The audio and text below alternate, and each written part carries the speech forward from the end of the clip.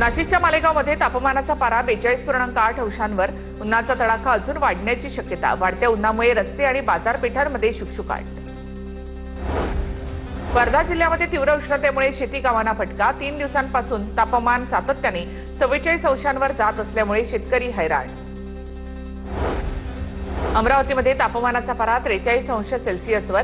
तापमानामध्ये वाढ झाल्यामुळे क्रॉप कव्हर लावले।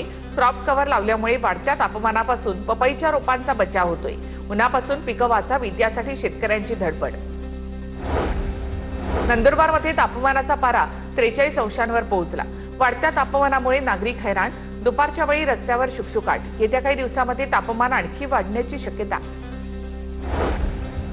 भंडाऱ्यामध्ये जिल्हा रुग्णालयामध्ये उष्माघात प्रतिबंधासाठी प्रशासन सज्ज। उष्माघाताच्या पार्श्वभूमीवर 44 कक्ष तर 168 खाटांची व्यवस्था, तसंच आपत्कालीन परिस्थितीसाठी प्रशिक्षित वैद्यकीय अधिकारी आणि सेवा सज्ज। विदर्भात उष्णतेची लाट। अकोल्यामध्ये सर्वाधिक 45 डिग्री तापमानाची नोंद। विदर्भातील 6 जिल्ह्यांमध्ये 44 अंशांहून अधिक तापमानाची नोंद।